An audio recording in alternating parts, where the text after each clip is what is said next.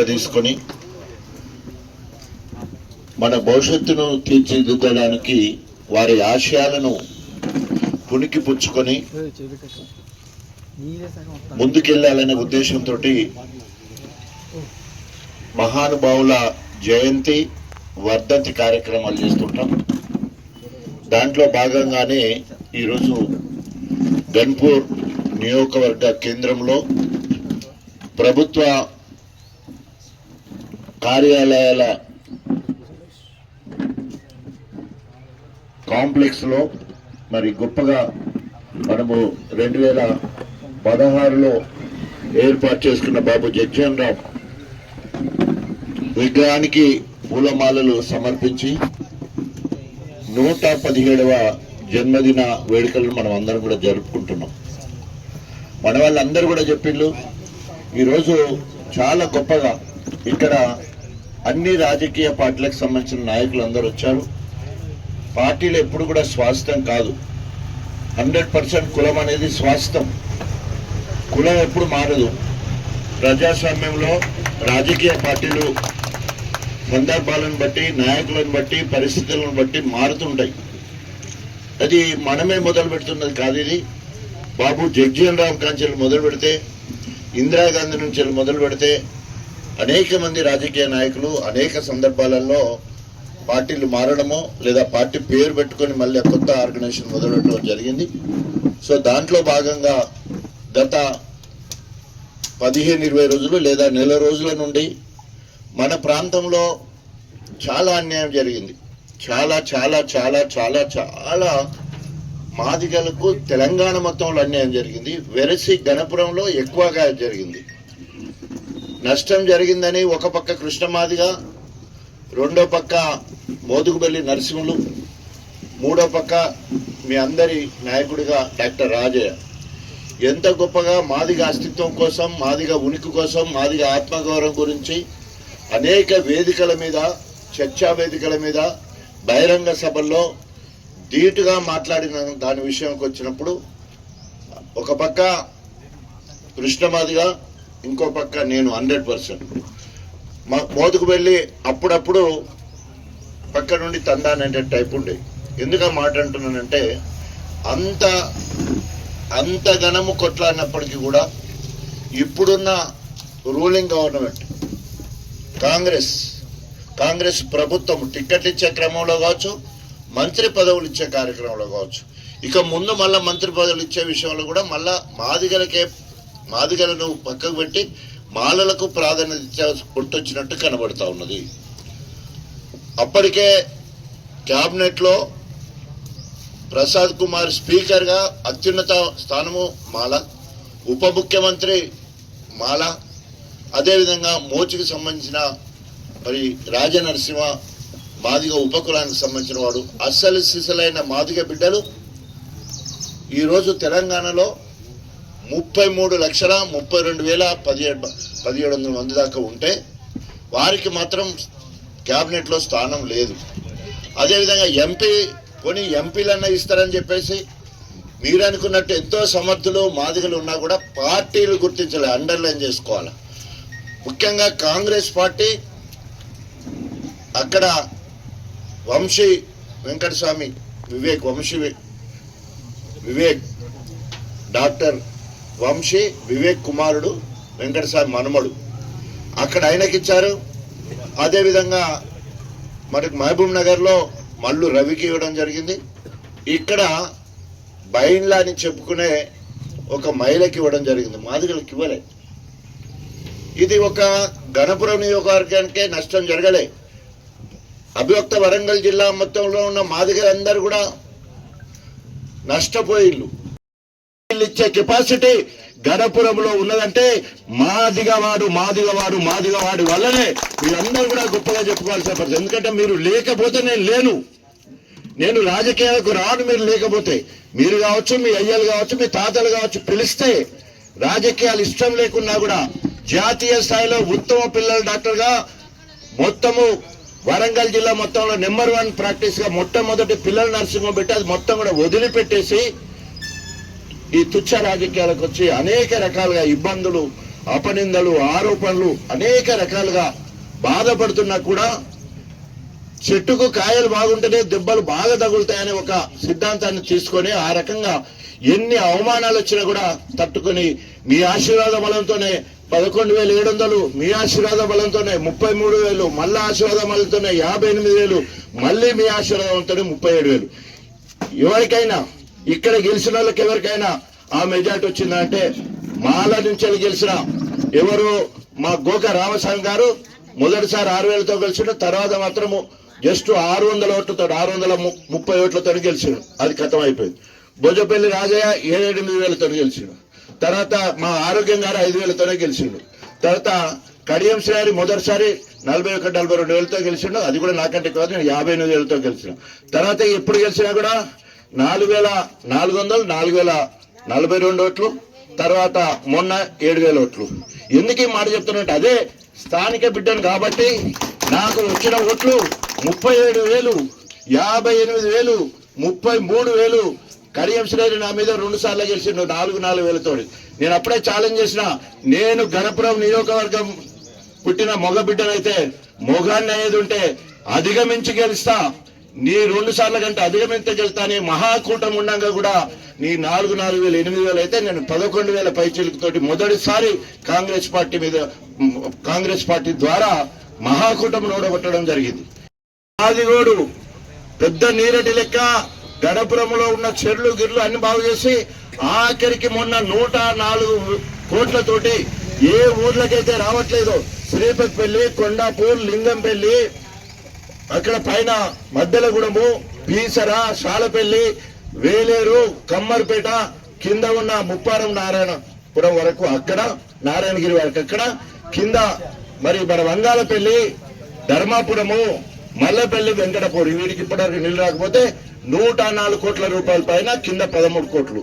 So దగ్గర 127 కోట్లతోటి పనులు మొదలుపెట్టి 23లోనే కేటీఆర్ గారితో పనులు మొదలు పెట్టాం అక్కడ మొత్తం.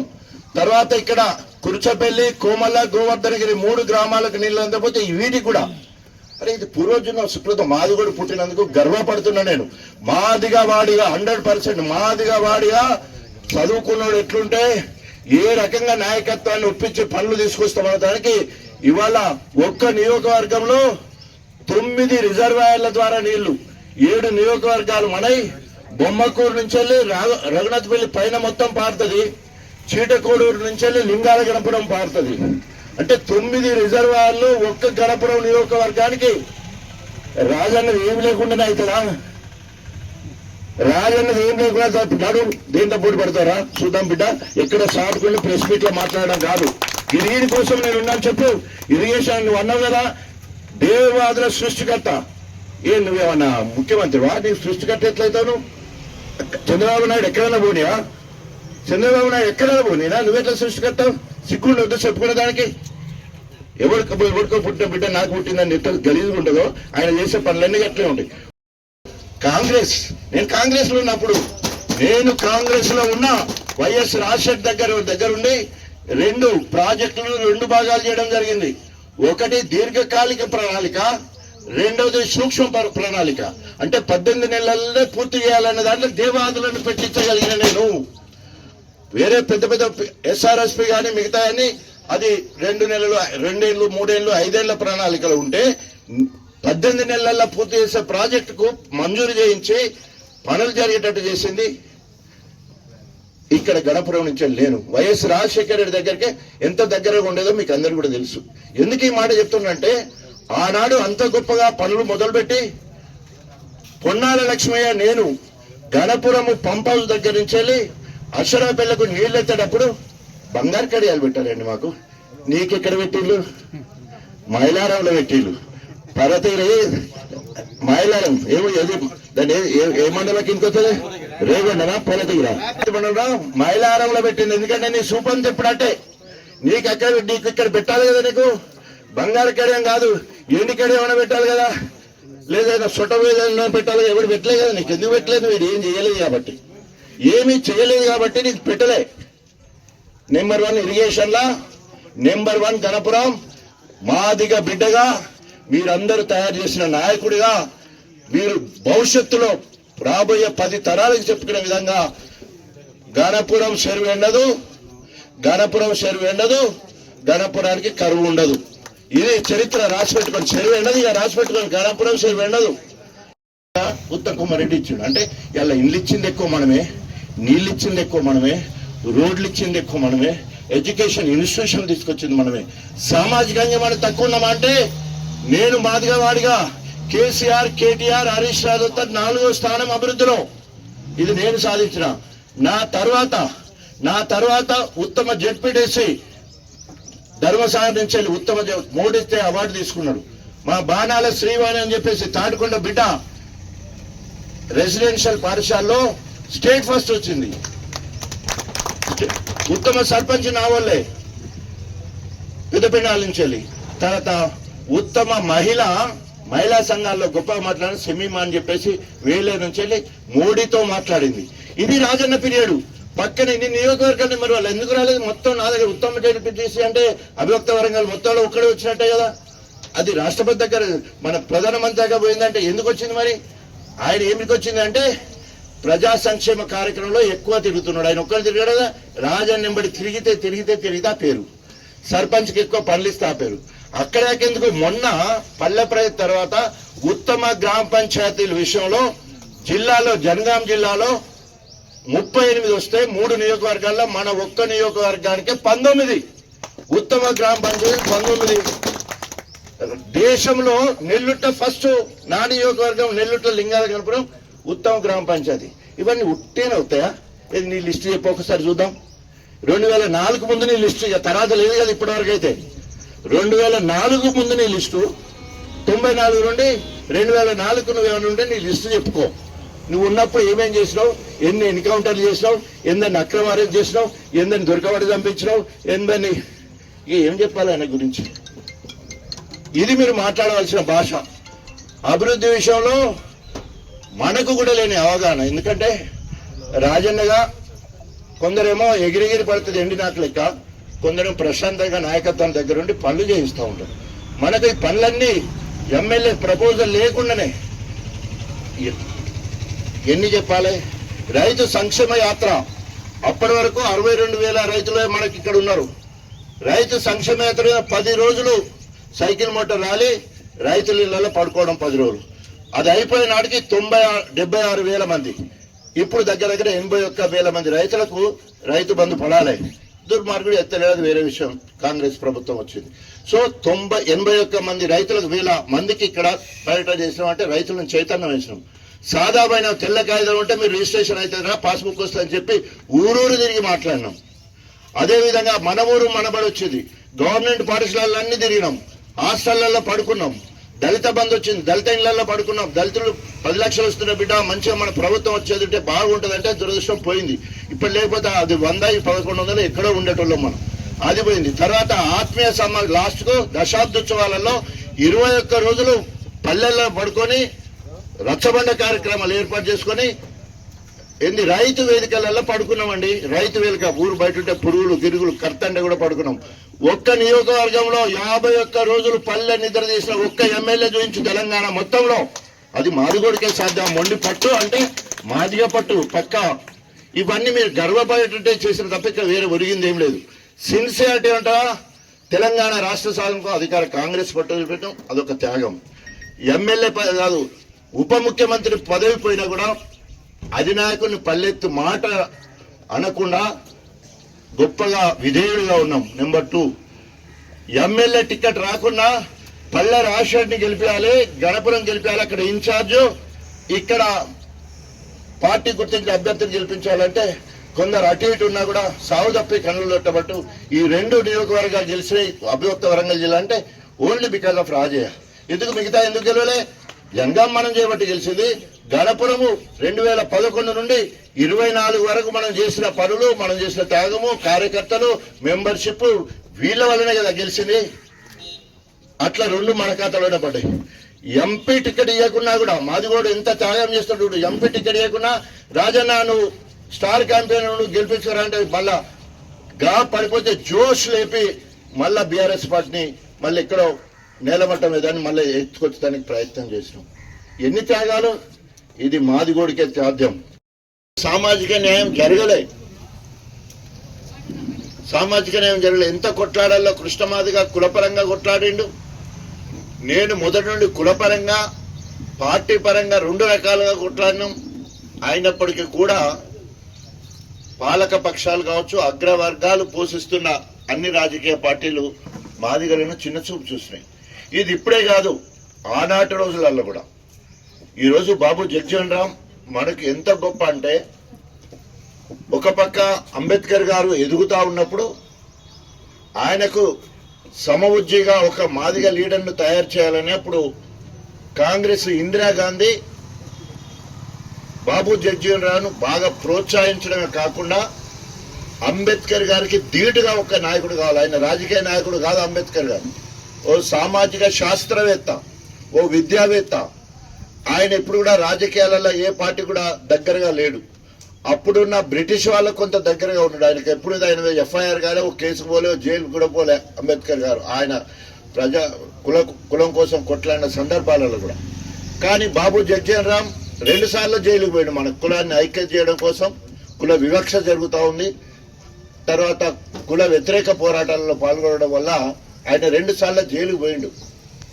మరి ఏమన్నా చదువు రాదా అంటే, అంబేద్కర్ గారు, ఇది చాలా మందికి తెలియాలి, ఇవాళ నిజంగా మనం అందరం చాలా బీదోళ్ళం. చాలా మటుకు మన అయ్యలు చదువుకోలే, మా అయ్య చదవలే, మా అవ్వ చదవలే, మేనమామలు చదవలే, నా తర్వాత చెల్లెళ్ళే చదవలే. కానీ అంబేద్కర్ వాళ్ళ నాన్న చదివిండు బాగా. బాబు జగ్జీవన్ వాళ్ళ నాన్న కూడా చదివిండు. ఇద్దరు కూడా ఆ రోజులలోనే ఉద్యోగస్తులు, వాళ్ళు సైనిక ఉద్యోగులు. అంబేద్కర్ వాళ్ళ నాన్న సైనిక ఉద్యోగుడు, ఇటు బాబు జగ్జీవన్ వాళ్ళ నాన్న కూడా సైనిక ఉద్యోగుడు. చదువుకున్న వాళ్ళు అప్పుడే. దాదాపు ఇదేమో 117 సంవత్సరాల కింద, అది 135 సంవత్సరాల కింద. ఎందుకు ఈ మాట చెప్తున్నానంటే, అంత గొప్ప. అది మొదటి వరుస అయితే, రెండో తరంకి వస్తే అంబేద్కర్ గారు ఇంగ్లీష్ మీడియం, 10th డిగ్రీ మొత్తం చదువంతా మొత్తం కూడా ఇంగ్లీష్ మీడియం. బాబు జగ్జీవన్ రామ్ కూడా ఇంగ్లీష్ మీడియమే. High school English medium, degree English medium. High స్కూల్లో క్లాస్ ఫస్ట్, బీఎస్సీ బనారస్ యూనివర్సిటీలో చేస్తాడు, అక్కడ ఇంగ్లీష్ మీడియం. ఎందుకు ఈ మాట చెప్తున్నంటే, మనము ఎంత వెనుకబడి ఉన్నాం, విద్యలో వెనుకబడి ఉన్నాం, రాజకీయ పదవుల్లో వెనుకబడి ఉన్నాం, రకరకాలుగా వెనుకబడి ఉన్నాం మనం. బాబు జగ్జీవన్ రామ్ ఎంత గొప్ప రాజకీయవేత్త అయితే, మన వాళ్ళు చెప్పిన దాంట్లో కొంచెం తప్పులు ఉన్నాయి. దాదాపు ప్రపంచం మొత్తంలో 50 సంవత్సరాలు చట్టసభలలో ఉన్నది ఏకైక వ్యక్తి ఆయన బాబు జగ్జీవన్ రామ్ గారు. 50 సంవత్సరాలు నిరంతరంగా. అంటే 1935లో మొదటిసారి ఎమ్మెల్సీ, తర్వాత ఎమ్మెల్యే, తర్వాత వరుసగా ఎంపీలు అయిపోయి మొత్తము 50 సంవత్సరాలు చట్టసభల్లో ఉన్న ఏకైక, మొత్తం అగ్రకులాలు, బీసీలు అందరిలో కలిపి ఏకైక రాజకీయవేత్త. 50 సంవత్సరాలు నిరంతరంగా, 34 సంవత్సరాలు కేబినెట్ మంత్రి కంటిన్యూస్. ఒక్క లాల్ బహదూర్ శాస్త్రి ప్రధానిగా ఉన్న సమయం తప్ప మొత్తం కూడా 34 సంవత్సరాలు ప్రధానమంత్రి. అదేవిధంగా 1936 నుండి 1986 చనిపోయే నాటి వరకు 50 సంవత్సరాలు ఆయన ప్రజాప్రతినిధినే. అంటే చట్టసభలో ఎమ్మెల్సీ కానీ, ఎమ్మెల్యే కానీ, ఎంపీ కానీ, కేబినెట్ మంత్రిగా ఉన్న గొప్ప నాయకుడు. ఇందిరాగాంధీ నిరంకుశ పాలన చేస్తా ఉంది. ఇందిరాగాంధీ ఎమర్జెన్సీ తీసుకొచ్చి అనేక అక్రమాలకు పాల్పడ్డదని చెప్పేసి దళితుడుగా, మాదిగ బిడ్డగా, చెమ్మరుగా మరి ఇందిరాగాంధీని వ్యతిరేకించి 1977లో కాంగ్రెస్ ఫర్ డెమోక్రసీ కాంగ్రెస్ జగ్జీవన్ రామ్ ఆ రకంగా విభేదించి మరి ఆయన బయటికి పోయి, ఇందిరాగాంధీని విభేదించి బయటికి పోయిండు. జనతా పార్టీలో ఒక ముఖ్య భూమిక పోషించి ఆనాడు మరి జయప్రకాష్ నారాయణ ఆధ్వర్యంలో మరి జనతా పార్టీ బాస్గా ఆయన ఉంటే 3 ప్రధానమంత్రిగా పోటీకొచ్చిండు. ఒకటి చరణ్ సింగ్, ఇంకోరు మొరార్జీ దేశాయ్, తర్వాత బాబు జగ్జీవన్ రామ్. వీరు ముగ్గుట్లో జేపీ గారు ఎవరి పేరు చెప్పిండంటే మన మురారి దేశాయ్ పేరు చెప్పడంతో ఆయన ప్రధానమంత్రి అయ్యాడు. అప్పుడు వివక్ష ఉండి తప్పదు కాదని 6వ ఫింగర్ లెక్క ఏంటిది ఉప ప్రధాని అనేది సృష్టించి మొట్టమొదటిసారిగా ఉప ప్రధాని భారతదేశంలో అప్పటి వరకు ఉప ప్రధాని లేదు, ఇప్పటి వరకు కూడా ఉప ప్రధాని లేదు. ఆయన కోసమే సృష్టించబడ్డ పోస్టు ఉప ప్రధాని. 2 సంవత్సరాలు మరి 2 సంవత్సరాల పాటు 77 నుంచి వెళ్ళి 79 వరకు 2 సంవత్సరాలు మరి ఉప ప్రధానిగా పనిచేసిన తర్వాత మళ్ళా లుకలుకలు స్టార్ట్ అయ్యి ఇందిరాగాంధీ మళ్ళా నాటకం ఆడి ఏం చేసింది, చరణ్ సింగ్ నువ్వు బయటికి రా, మొత్తం నీకు సపోర్ట్ చేస్తా అని చెప్పేసి నాటకం ఆడి నేను సపోర్ట్ చేస్తానని ప్రకటించింది. చరణ్ సింగ్ ను ప్రధానమంత్రిగా ప్రకటించిన తర్వాత ప్రధానమంత్రి నెల దాటకముందే ఆయన ఏమంటారు చట్టసభల్లో ఆయన సంఖ్యాబలాన్ని చూపించుకోవాలా. కానీ ఆ మలానికి మళ్ళా ఇందిరాగాంధీ మళ్ళీ సపోర్ట్ వెనకకి తీసుకున్నది. వెనక తీసుకోవడంతో ఆయన ప్రధానమంత్రి పోతూ మరి అప్పుడు ఎవరు మన నీలం సంజీవ్ రెడ్డి గారు రాష్ట్రపతిగా ఉన్నారు. రాష్ట్రపతి దగ్గర పోయి ఈయన చెల్లలేదు కాబట్టి పోతూ ఏమని చేసిపోయినా యాక్చువల్గా అప్పుడు ఆయన ఎప్పుడైతే బల నిరూపణ చేసుకోలేదో వేరే వాళ్ళకి అవకాశం ఇవ్వాల. కానీ ఆయన అగ్రకులస్తుడు, నీలం సంజీవ్ రెడ్డి కూడా అగ్రకులస్తుడు కాబట్టి వెంటనే చరణ్ సింగ్ ఏదైతే పార్లమెంట్ రద్దు చేస్తున్నా ఎలక్షన్లు పోతా అని చెప్పకనే దాన్ని ఆమోదించండి. కానీ యాక్చువల్గా వేరే వాళ్ళని పిలిచేది ఉంటే అప్పుడు తొలి ప్రధానమంత్రిగా దళితుడు బాబు జగ్జీవన్ రామ్ ప్రధానమంత్రి కావాల్సిన ఆవశ్యకత ఉండే, అవసరం ఉండే. అంత సీనియారిటీ ఉన్న నాయకుడే లేదు. చదువు లేదా, సబ్జెక్ట్ లేదంటే ఇంగ్లీష్ చిన్నప్పటికాంచి చదువు ఉన్నది, సీనియారిటీ ఉన్నది, అనేక రకాలుగా మరి అనేక ఉద్యమాలు చేసి స్వతంత్ర ఉద్యమంలో కూడా పాల్గొన్న స్వతంత్ర సమరయోధుడు ఆయన. మరి ఆఖరికి ఏమైపోయిందంటే ప్రధానమంత్రి కాకుండా పోయిండు, ఉప ప్రధానిగానే ఆయన జీవితం ఎండైంది. కానీ మళ్ళీ ఎలక్షన్లు వచ్చినాయి, 1980 ఎలక్షన్లు వచ్చినాయి. మళ్ళా ఇందిరాగాంధీ బ్రహ్మాండమైన మెజార్టీతో గెలిచింది. ఈయన మళ్ళీ ఎంపీగా గెలిచిండు. కానీ జనతా పార్టీ ఓడిపోయింది, కాంగ్రెస్ గెలవడంతో మళ్ళా ఇందిరాగాంధీ ప్రధానమంత్రి అయింది. అంటే చరిత్ర ఇది. 86లో మళ్ళీ జూలై 6వ తారీఖు మరి వారు చనిపోవడం జరిగింది. ఎందుకు ఈ మాట చెప్తున్నానంటే వివక్ష అనేది కానీ అణిచివేత కానీ ఇప్పుడు కాదు, ఎప్పటి నుంచో ఉన్నది. 140 సంవత్సరాల కింద ఏదైతే ఉన్నదో ఇప్పటి వరకు కూడా అలాగనే ఉన్నది. రెండవది రవాణా రంగం.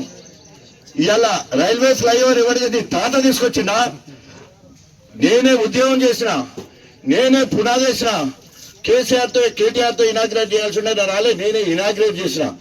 ఫ్లైఓవర్ బ్రిడ్జి ఇది పెద్ద నెక్లెస్ లాగా ఖమ్మం వరకు పోయేదానికి లింక్. ఇది ఫ్లైఓవర్ అండర్ పాస్, ఇక్కడ నష్కల్లా అండర్ పాస్, ఫ్లైఓవర్ బ్రిడ్జ్ ఇది తాత చేసిండా?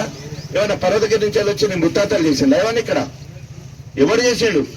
మొత్తము గణపురంలో ఏమంటారు డివైడర్ ఏర్పాటు చేసుకొని రోడ్డు వైడనింగ్ చేసుకొని పట్టణ వాతావరణం తీసుకొని దీన్ని మున్సిపాలిటీ చేద్దామంటే సిగ్గు శరం లేకుండా తన పిల్లలను తనే తినే ఒక పాము లెక్క ఒక్కొక్కసారి ఆకలి అయితే దాని తోకనే నోట్లో పెట్టుకుని తిన్నట్టే. అంత దుర్మార్గుడు. మున్సిపాలిటీ వద్దంటే ఆపేస్తాడు, డిగ్రీ కాలేజ్ తీసుకొని తాపేస్తాడు. నేను వస్తే రావాలంటాడు, లేకపోతే రావద్దు అంటాడు. ఎంత విశ్వాసఘాతకుడు అంటే ఎన్నిసార్లు గెలిపించి రాజకీయ భిక్ష పెట్టిందంటున్నావు కదా, నీ గుర్తుగా ఒక్కటన్నా ఉండాలి కదా. ఇగో నేను అంటున్నా, నా గుర్తుగా రైల్వే ఫ్లైఓవర్ బ్రిడ్జి, నా గుర్తుగా స్టేషన్ గన్పూర్ రిజర్వాయర్, నా గుర్తుగా గండి రామారం, నా గుర్తుగా అక్షరాపల్లి, నా గుర్తుగా నవాపేట రిజర్వాయర్, నా గుర్తుగా ఇప్పటికి కూడా మత్తడి పడుతున్నా ఆకేరు వాగి మీద ఉన్న మన ఉప్పుగల్లు రిజర్వాయర్. నీ మార్క్ ఒక్కడు చూపించు. ఒకవేళ నువ్వు గణపురంలో ఉన్న రెసిడెన్షియల్ పాఠశాలను ఒక్కడంటే నేను 18 రెసిడెన్షియల్ పాఠశాలను రెసిడెన్షియల్ తీసుకొచ్చాను. 18. తెలంగాణలో మొదటిసారి మాదిగా కాంగ్రెస్ ఎమ్మెల్యేగా ఉండి జై తెలంగాణ అంటూ 18 మంది ఎస్ఐలు 8 మంది సిఐలు నా ఎంబడి ఉంటే ఒక పక్క తెలంగాణ అంటున్నా టీఆర్ఎస్ నా ఎంబడి పడతా ఉన్నారు. శిలాఫలకాలు లేకపోతే విద్యాలయాలు రాదని చెప్తే మొత్తం పోలీసులు వెంబడి బీఆర్ఎస్ టీఆర్ఎస్ వెంబడి పడుతుంటే కూడా ఎక్కడెక్కడైతే శిలాఫలకాలు పడ్డాయో తెలంగాణ మొత్తంలో 32 వస్తే మన 18 32 ముందుగా సాంక్షన్ వాటిలో 18 మన గణపురం నియోజకవర్గానికే ఇవాళ రెసిడెన్షియల్ పాఠశాలలు కమ్ డిగ్రీ జూనియర్ కాలేజీ. అదేవిధంగా మహిళ కావాలి, డిగ్రీ కళాశాల కావాలని 2 సార్లు విద్యాశాఖ మంత్రి సిగ్గుండాలని ఎవరైనా నమ్ముతాడు. మీరందరూ ఎవరైనా ముఖం పోతే నాకైతే ఊచబుద్ధి అవుతుంది. ఏం చేయాలి వాడిని ఎట్లా నమ్మకం పోవాల్తుంది, ఎట్లా ఉంటాడు, వాడిని ఎంబడెట్లా తిరుగుతాడు, వాని కథ ఏంది, వాని కార్ఖాన ఎందుకు భాష అంటుందంటే అరే నువ్వు ఇప్పుడు ఇవాళ నేను డాక్టర్ను సావు నోట్లో తలబెట్టి హెల్త్ యూనివర్సిటీ తీసుకురావాలంటే హెల్త్ యూనివర్సిటీ తీసుకొచ్చే భాష అంటే అది మాది కూడా అంటే మాది కొన్ని పట్టు ఎట్లుంటదంటే నువ్వు ఏమని వాళ్ళు రియలైజ్ కావాలి. రాజే కరెక్టేనా? హెల్త్ యూనివర్సిటీ ఉన్నంతకాలం, కాకతీయ మెడికల్ కాలేజ్ ఉన్నంతకాలం డాక్టర్ రాజే. సూపర్ స్పెషాలిటీ హాస్పిటల్ 150 కేంద్ర ప్రభుత్వం దగ్గర పోయి మాట్లాడి ఇలా super speciality hospital Kakatiya medical back side వచ్చింది, అది డాక్టర్ రాజయ్య. అక్కడ Kaloji Kalakshetram doctor Rajaiah. Deputy CM ఉండి సీఎం దగ్గర కూర్చొని మాట్లాడి ఎన్ని అవకాశాలు ఉంటాయి అన్ని వాక గిట్ట నీ ముద్ర జిల్లాకి ఏదైనా తీసుకొస్తావా, నియోజకవర్గానికి ఏదైనా తీసుకొస్తావా? నన్ను దానికి సిగ్గుండాలి కదా, ఆయనకు సిగ్గుండాలి కదా. అందుకనే కళ్ళుండి కబోదినా, శివులుండి ఏమన్నా శివుటోడా, ఇవేం కనిపిస్తలేవా, వినిపిస్తలేవా? ఎక్కడ కనిపించేటే నా అబద్ధమా? ఏమన్నా చెప్పేది ఏమన్నా అబద్ధమా చెప్పు? హెల్త్ యూనివర్సిటీ అబద్ధమా? జఫర్గఢ్ లో సివిల్ హాస్పిటల్ మంజూరు చేసినాం, 50 మంచాల సివిల్.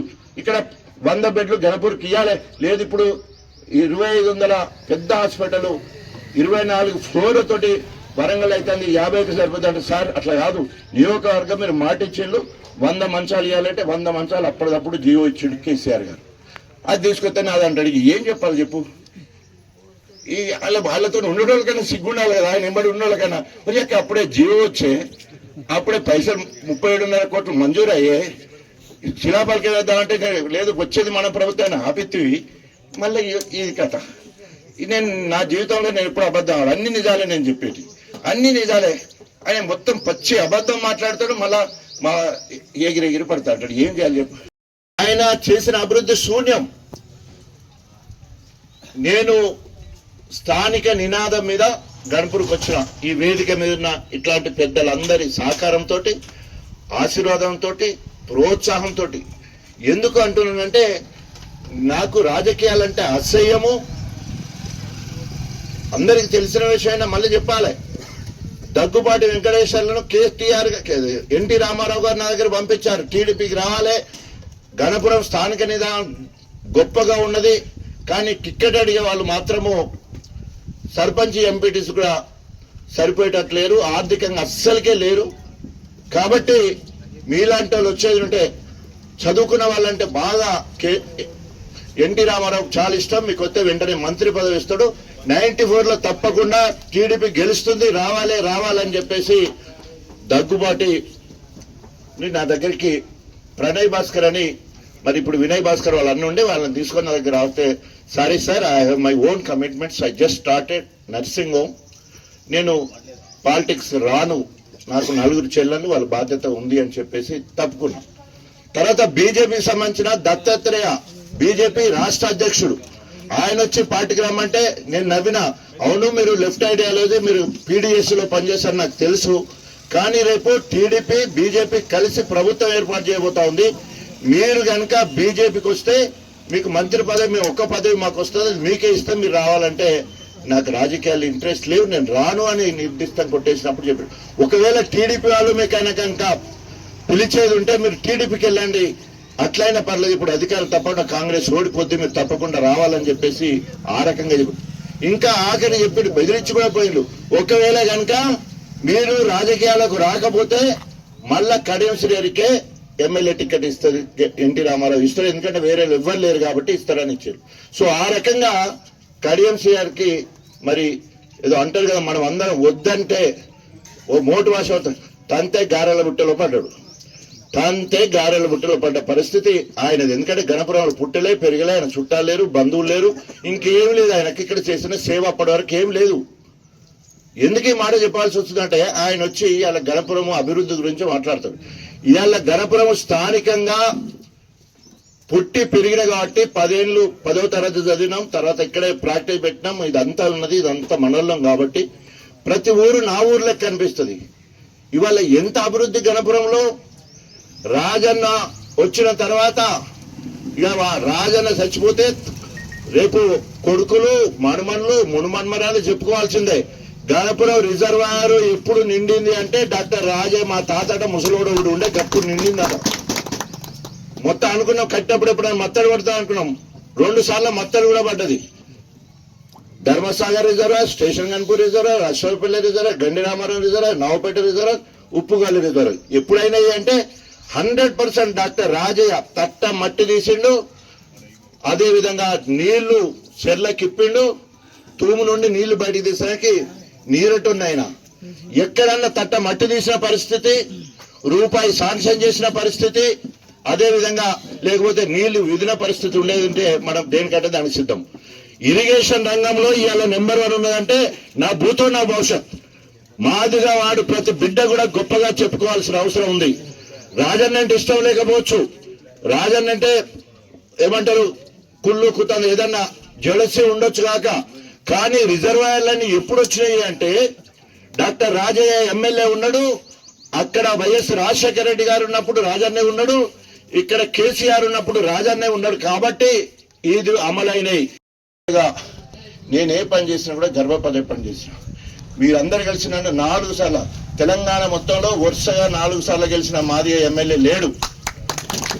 మాదిగ వాడిగా మీరందరూ గర్వపడే విధంగా తెలంగాణ రాష్ట్ర సాధన కోసం అధికార కాంగ్రెస్ పార్టీ ఎమ్మెల్యే పదవి వదిలిపెట్టేసి తెలంగాణ జెండా పట్టుకున్న, ఆనాడు సదాలక్ష్మి కూడా పట్టుకున్నది మాదిగ మహిళా బిడ్డ.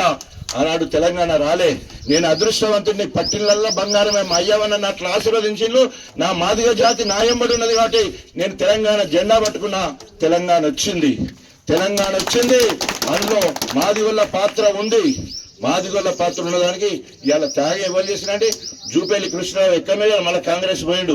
అంతకుముందు కథం ఓన్లీ అక్కడ అరుణతోటి లొల్లుండి బయటకు వచ్చిండు. అసలు సిసలైన త్యాగం చేసింది గణపురం నియోజకవర్గం. అందుకనే మనకు ఉప ముఖ్యమంత్రి పదవి వచ్చిండు. It's historical event. Who is the first deputy CM of Telangana అంటే సచ్చకుండా నా పగోడు కూడా డాక్టర్ రాజయ్య అని పెట్టాల్సిందే. లేకపోతే వాడి మార్కు గోవిందా, వాడి కలెక్టర్ నౌకర్ కూడా గోవిందా. ఎందుకు వచ్చిందండి ఇదంతా? ఉట్టిన అవుతుందా? First deputy CM of Telangana. నీకు అట్లాంటిది ఒక పేరైనా ఉన్నదా ఎక్కడన్నా? ఏం చెప్పాలి చెప్పు? మొత్తం మనమేమో నిండుకుండేలాగా ఉన్నాం. అదే వెళ్తే గిన్ని నీళ్లు ఉన్నాయి, ఎగబడతా ఉంటుంది ఏమంటది నిండుకుండ లెక్క. ఇలా రాసి పెట్టుకోండి, గణపురంలో నేను ఎమ్మెల్యే కాకముందు ఎన్ని ఉన్నాయో అన్ని ఫుల్ఫిల్ చేసిన ప్రజల కోరికలు. ఉదాహరణకి కాంగ్రెస్ లో ఉన్నప్పుడు 23,000 ఇళ్ళు రాసి పెట్టుకోండి. గణపురం నియోజకవర్గం పుట్టినప్పటి కాంచెల్లి ఇప్పటి వరకు ఎక్కువ ఇళ్ళు తీసుకొచ్చింది ఎవరంటే డాక్టర్ రాజయ్య. ఇందిరమ్మ ఇల్లు, ఏ ఊర్లో ఇందిరమ్మ ఇల్లు ఉన్నదంటే నా పీరియడ్ లో ఇందిరమ్మ ఇల్లు వచ్చినాయి. నేను తెలంగాణ కోసము కాంగ్రెస్ పార్టీకి రాజీనామా చేసిన అప్పుడు హౌసింగ్ మినిస్టర్ గా ఉన్న ఉత్తమ్ కుమార్ రెడ్డి రఘునాథ్పల్లికి వస్తే, రాజయ్య నువ్వు మొగాడివయ్యా, నువ్వు రాజీనామా చేసినావు, మేము ఎవరం చేయలేకపోయినావు, నువ్వు చేసిన ధైర్యాన్ని అని చెప్పి ఒక్క సంతకంతో 13,000 ఇల్లు ఇచ్చిండు. ఆయన కాంగ్రెస్ మంత్రి, నేను బీఆర్ఎస్ ఎమ్మెల్యే. త్యాగానికి గుర్తించి నువ్వు ఒక వరం అడుక్కో, ఏదని ఇస్తాడంటే నువ్వు ఎన్ని ఇళ్ళు అడుగుతానన్నాడు. ఏఈలు డీఈలు ఎస్సీలు ఉంటే సార్ మనకి ఎన్ని ఇళ్ళు గడపడానికి అవసరం ఉంటాయంటే 13,000 ఇల్లు కావాలంటే అందరికి ఇల్లు పథకం ఎక్కడిది? అది రాజన్న పథకం. అందరికి ఇల్లు phase 1, phase 2, phase 3, left over 171 అందరికి ఇల్లు. ఇవన్నీ రాజన్న ఇచ్చిండు మీ అందరి ఆశీర్వాదంతో. ఆ బలం నాకు ఎక్కడిది? మీరు లేకపోతే నాకు ఎక్కడిది? ఎక్కడ పోయినా మాదిగోలు నా తోడు. ఉప ముఖ్యమంత్రి అంటే ఏ జిల్లాకు పోయినా మాదిగ బలమైన తోడు. ఎక్కడ పోయినా వాళ్ళ ఆత్మగౌరవం, వాళ్ళ ఆత్మస్థైర్యాన్ని పెంచడానికి నేను ఉన్నాను. వాళ్ళకైనా ధైర్యంతో అందరు కూడా నాకు సహకరించిండ్రు. ఆ రకంగా ఇవాళ ఎందుకు చెప్తున్నానంటే ఎక్కడన్నా మళ్ళా నేను మాట్లాడడానికి మీరు చూడొద్దు. ఇవన్నీ కళ్ళ నుండి కబోది లెక్క వాడు మాట్లాడతాడు కావచ్చు, కానీ మనము ఇవన్నీ జరిగినాయి కదా, మన కళ్ళ ముందే కదా జరుగుతున్నది. నెంబర్ 1 ఎడ్యుకేషన్ పరంగా ఇవాళ నెంబర్ 1, ఇరిగేషన్ లో నెంబర్ 1, రహదారులు అదృష్టం ఉండాలి. హైదరాబాద్ నుంచి మొదలు పెడితే ఎక్కడికి మొత్తము మన ములుగు వరకు తీసుకున్నాం, తర్వాత ఏం పట్టణం అది? భూపాలపట్నం వరకు ఎక్కడ తీసుకోండి. ఒక ములుగు నియోగ అడవి తప్ప ఎక్కువ రహదారి పూడుకున్నదంటే గణపురమే. 67 కిలోమీటర్లు మన కేసీఆర్ దగ్గర చెప్పిన 67 కిలోమీటర్లు వాల్ రైడింగ్ చేసేది ఉంది సార్. కల్లం బ్రిడ్జ్ కాంచెలు మొదలు పెడితే ఉనికిచెర్ల వరకు 2 టోల్ గేట్లు నా నియోజకవర్గంలో ఉన్నాయి, 8 ఫ్లైఓవర్ బ్రిడ్జ్లు ఉన్నాయి సార్. మొత్తము ఒక సిస్టమేటిక్ పోవడం వల్ల ఇలా ఇండస్ట్రియల్ డెవలప్మెంట్ అవుతానికి, ఇండస్ట్రియల్ క్యారిడార్ డెవలప్ అవుతానికి. అంటే నీళ్లున్నాయి, రోడ్డు ఉన్నది, విద్యుత్ ఉన్నది. ఈ 3 ఉంటే పరిశ్రమలు వస్తాయి. ఎంతో దీర్ఘకాలికంగా ఆలోచించి రోడ్లు పెట్టడం వల్ల 20-30 లక్షలకి ఇక్కడ ఉన్నాయి. ఇలా 5 కోట్ల నుంచి వెళ్ళి 10 కోట్ల అండి రోడ్డుకు ధర.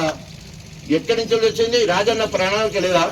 కడియం కాలు అడ్డ వేసేదానికి పనికొత్తాను. ఎక్కడైనా కాలు పక్క జరిపిండి అయినాడన్నా? ప్రతిదీ అడ్డపడుడే. ఇవాళ రవాణా రంగంలో నెంబర్ 1. ఒక్కసారి ఇక్కడి నుంచి వెళ్ళి ఫ్లైఓవర్ దిగితే జఫర్గఢ్ వరకు ఎంత పెద్ద రోడ్డు, 4 లేన్స్ కాదు 6 లేన్స్. ఇక్కడి నుంచి వెళ్ళి తరిగొప్పుల వరకు, చిన్నపెండాల కాంచెల్లి, రఘునాథ్పల్లి కాంచెల్లి, నర్మేట వరకు, అదేవిధంగా నెల్లుట్ల నుంచి వెళ్ళి జీడికల్ వరకు ఎన్ని రోడ్లు అండి. ధర్మసాగర్ నుంచి వెళ్ళి వేలేరు వరకు పెద్ద పెద్ద రోడ్లు. ఇప్పటి వరకు కూడా బీటీ రోడ్లు వేరే ఊర్లలోకి పోయి చూస్తే సగం బొందలు పడతాయి ఎక్కడ రోడ్లు. మన దగ్గర ఇట్లా బొంద కింద నైజాంతా ఎప్పటికప్పుడు కేసీఆర్ దగ్గర వాళ్ళు సంతకం పెట్టాలి, పనులు చేయించుకోవాల్సిందే కథం. ఆ రకంగా ఇప్పటివరకు ఏ రోడ్లు చూడు మనం ఎంత గొప్పగా అభివృద్ధి చేసుకోగలిగినాం. నుంచి మనం ముందుకు పోవాల్సిన అవసరం ఉన్నది. ఇది చరిత్ర, ఇలా ఏది అబద్ధం చెప్పేది ఏం లేదు. ఇప్పటి వరకు కూడా జరుగుతున్నది. రాజకీయ పార్టీలన్నీ కూడా అగ్రవర్గాల చేతిలో ఉన్నాయి. మన ఆఖరికి ఏం చూస్తాం? బీఫామ్ ఎవరిస్తారా అని చూస్తాం. మనకి ఎంత బలం ఉన్నా కూడా బీఫామ్ ఇవ్వకపోతే గెలిచేది ఎక్కడ ఉంటుంది? మన కుల పోరాటాలు ఆత్మగౌరవ పోరాటాలుగానే మిగిలిపోతాయి. రాసి పెట్టుకోండి. ఎందుకంటే ఈరోజు మన మాదిగలమే, మనమే, ఎవరి రాజకీయ పార్టీలు వాళ్ళకు ఉన్నాయి. ఆత్మగౌరవం కోసం అందరం ఒకటవుతాం.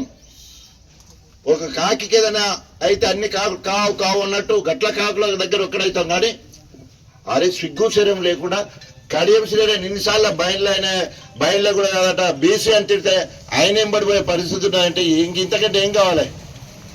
మొత్తము ఎవరైతే దండోరలో పనిచేసిన వాళ్ళు, నేను అదల్ బాదిగా అని చెప్పుకున్న వాళ్ళు, మాదిగ అస్తిత్వం కోసం, మాదిగ ఉనికి కోసం, ఆత్మగౌరవం కోసం ముందు వరుసలో ఉంటామని తిరిగిన వాళ్ళు అవకాశవాదంగా అక్కడ పోయి ఉండే పరిస్థితి. పోనీ ఆయన ఏమన్నా ఆ విశ్వాసంతో అందరూ గణపురంలో 35% మాదిగలు ఉన్నారు. మొత్తం ఎక్కువ జనాభా ఉన్నది. బయలుల సంగతి అవసరం లేదు. మొత్తం వరంగల్ జిల్లా మొత్తంలో 426 మంది. మొత్తము తెలంగాణ మొత్తంలో 13,000 జనాభా. మనది 33 లక్షలు. సోషల్ జస్టిస్ అంటే మాదిగొల్ల తింటివి, మాలోని తింటివి, ఉపకులాలో నువ్వే తింటివి. పోనీ నువ్వేమైనా అసలు సిజులైన దళితుడువా, బయలుడు అంటే చరిత్ర దుర్మార్గంగా ఉండే. అయినా మరి అంతా తెలిసిన మన వాళ్ళు ఏమన్నా దానికి వ్యతిరేకంగా పోతున్నా అంటే ఎటు పరంగా పోతాను? పార్టీ పరంగా పోతున్నాం. మేము ఎటు పరంగా పోతున్నాం? పార్టీ పరంగా పోతున్నాం. మేము పార్టీ. అది నమ్మక ద్రోహంతో విశ్వాసఘాతకుడిగా బీఆర్ఎస్ పార్టీ ఇవాళ ఆయనను ఎట్లా చెప్పాలో తెలియట్లేదు. కానీ ఎంత ఘోరమైన పరిస్థితి అంటే మొత్తము అబద్ధాల పునాదుల మీద రాజకీయ జన్మనిచ్చిన గణపురంను నట్టేట ముంచి తన బిడ్డ భవిష్యత్తు కోసము ఈరోజు గణపురం నియోజకవర్గాన్ని మొత్తం కూడా బలి చేసిపోయిండు.